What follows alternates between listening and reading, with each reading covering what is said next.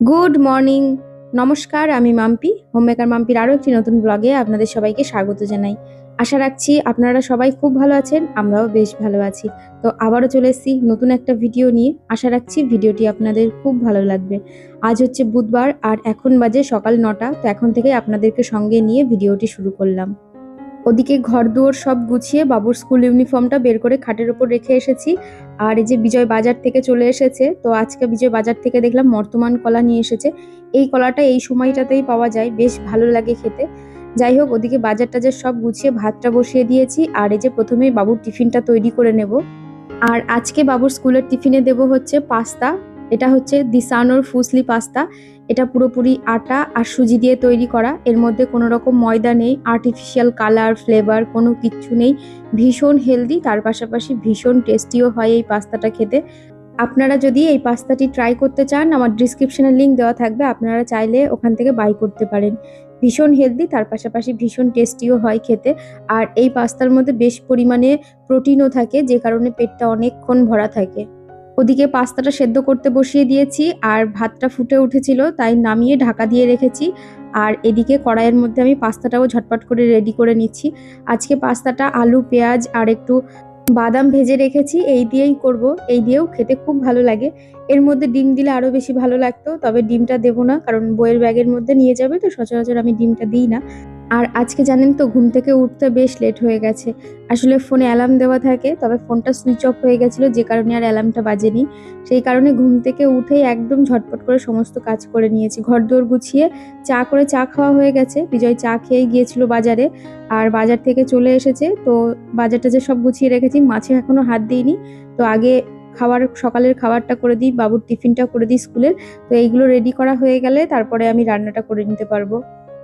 এদিকে আমার পাস্তাটাও হয়ে গেছে। আর ওই যে ভাতটা নামিয়ে রেখেছিলাম আপনাদেরকে তো বললামই, তো সেটা একটা ওভেন খালি হওয়ার পাশাপাশি ভাতটাকে আবার চাপিয়ে দিয়েছি, হয়ে যাবে তাড়াতাড়ি।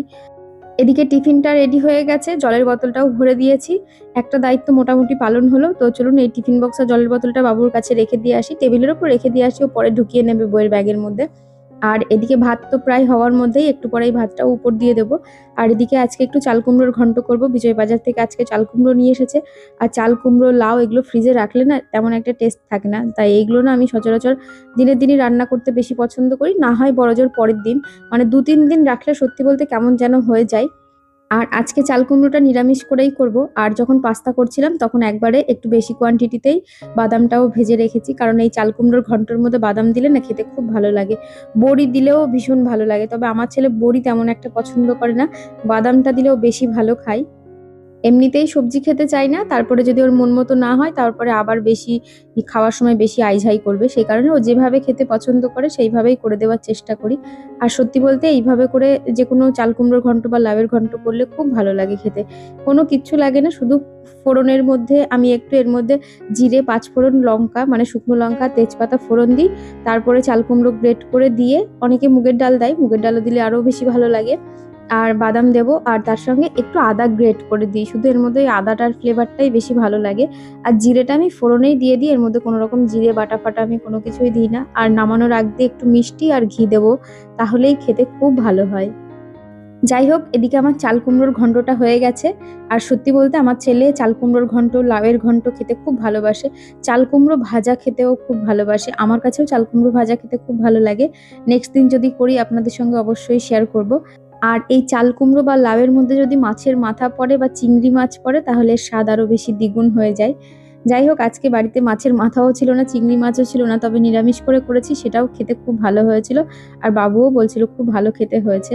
তো চলুন এদিকে বাবুর ভাতটা আগে বেড়ে দিচ্ছি। তো এই ঘন্ট দিয়েই ভাতটা খেয়ে যাবে, তবে ফ্রিজে 4টে ডিম রয়েছে, তাই ভাবলাম সেদ্ধ দিয়ে দিই, ও খেতে পারবে, তার সঙ্গে আমরাও খেয়ে নেব। তো এই যে আজকে ডিমটা সেদ্ধ বসাচ্ছি হচ্ছে আগারোর যে এগ বয়লার রয়েছে, তো এর মধ্যেই আমি ডিমটা সেদ্ধ বসিয়ে দেবো। আর এর মধ্যে আপনারা তো জানেনই, ভীষণ চটজলদি এর মধ্যে ডিমটা সেদ্ধ হয়ে যায়। ভীষণ ইউজফুল প্রোডাক্ট, একদম ঝটপট করে ডিম সেদ্ধ হয়ে যায়। এর মধ্যে ডিম ফেটেও যায় না, বেরিয়েও আসে না। মানে ডিম সেদ্ধ করতে গেলে অনেক সময় দেখবেন ফেটে ভেতর থেকে বেরিয়ে আসে, তবে এগ বয়লারের মধ্যে, মানে এই আগারোর এগ বয়লারের মধ্যে ডিমটা সেদ্ধ করলে একদম পারফেক্ট ডিমগুলো সেদ্ধ হয়। দেখেছেন, কোনো জায়গা থেকে ফেটে যায়নি, কোনো কিছু বেরিয়ে আসেনি, খুব সুন্দরভাবে ডিমটা সেদ্ধ হয়ে গেছে। এই প্রোডাক্টটি আপনারা যদি বাই করতে চান, আমার ডিসক্রিপশনে লিংক দেওয়া থাকবে, আপনারা চাইলে ওখান থেকে বাই করতে পারেন। এদিকে বাবুর ভাতটা বেড়ে ডিম সেদ্ধও দিয়ে দিয়েছি, আর বাবু স্নান করে একদম রেডি হয়ে নিয়েছে, ও এখন খেতে বসবে। তবে বিজয়কে আর ভাত দিলাম না, কারণ ও বললো খাবো না। আসলে পাস্তা কিছুটা ছিল, পাস্তা খেয়েছে, তার সঙ্গে ডিম সেদ্ধ খেয়েছে, আর তার সঙ্গে খেয়েছে কলা। তো ওই যে বর্তমান কলাগুলো নিয়ে এসেছে, ওই কলাগুলো এত মিষ্টি আর এত ভালো খেতে, আর সাইজগুলোও না বেশ বড় বড়। এমনিতেও বর্তমান কলা সাইজে বড়ই হয়, ওই কলা দুটো খেলে এমনিই পেট ভরে যাবে। তো সেই জন্য বিজয় বললো আমি আর ভাত খাবো না। ওদিকে ওরা খাওয়া দাওয়া করে ওদের নিজেদের কাজে রওনা দিয়ে দিয়েছে। বাবু স্কুলে চলে যাক, চলুন আমার অনেক কাজ বাকি রয়েছে। এখন 10টা পার হয়ে গেছে, ঝটপট করে বাকি রান্নাটা করব, তারপরে রান্নাঘর পরিষ্কার করতে হবে, বাসন মাজতে হবে, অনেক কাজ রয়েছে। চলুন কাজে হাত দেওয়া যাক। ওদিকে আজকে বিজয় বাজার থেকে নিয়ে এসেছিল কাতলা মাছ, আর কাতলা মাছ করব আজকে আলু বেগুন দিয়ে ঝোল, যেটা খেতে খুব ভালো লাগে। আসলে আলু বেগুন দিয়ে মাছের ঝোলটা শীতের সময়ই বেশি খাওয়া হয়, কারণ শীতের সময়তেই না খুব ভালো বেগুন পাওয়া যায়। গরমের সময় বেগুনের দানা হয়ে যায়, আর ওই দানাওয়ালা বেগুন দিয়ে তরকারি বা মাছের ঝোল যাই করি না কেন একদম ভেসে ভেসে থাকে, একদম ভালো লাগে না খেতে। তবে গত দিনকে বিজয় যখন বেগুনগুলো নিয়ে এসেছিল ভীষণ ভালো ছিল, আর এই কালো বেগুনে বিচিটা খুব কমই হয়, তবে যাই হোক খুব ভালো খেতে ছিল। আর এদিকে আমি রান্না করছি, আর ক্যামেরার পেছনে আমার অনবরত হাতটা চলতেই রয়েছে, মানে রান্নার পাশাপাশি রান্নাঘরের কাজগুলোকেও করে নিচ্ছি। ওদিকে খাওয়ার টেবিলটাকেও ভালো করে মুছে এসেছি, তারপরে বাসনটাকেও আমি পেছনে ঝটপট করে মেজে নিচ্ছি, কারণ এক্ষুনি কাজের দিদি আসবে। তো দিদি এসে ঘরটা ঝাড় দিতে দিতে আমি রান্নাঘর থেকে বেরিয়ে যেতে পারলে মানে বেশি ভালো হয়। দিদি এসে রান্নাঘরের ফ্লোরটা মুছে দিয়ে যাবে। তো মাছের ঝোলটা প্রায় হওয়ার মধ্যেই, তো মাছের ঝোলটা নামিয়ে আমি কড়াইটা মেজে আমি রান্নাঘরের ওভেনটার কাউন্টার টপটা মুছে দিলে ব্যাস, তাহলে রান্নাঘরের কাজ কমপ্লিট হয়ে যাবে। ওদিকে রান্নাগুলোকে সব টেবিলের ওপর রেখে রান্নাঘরটাকে খুব ভালো করে পরিষ্কার করে নিচ্ছি, তার আগে বাসনগুলোকেও মেজে নিয়েছি। ওদিকে দিদি এসে ঘরটাও মোছা শুরু করে দিয়েছে। তো চলুন খাওয়া দাওয়া করে পরে আবার আপনাদের সামনে আসছি।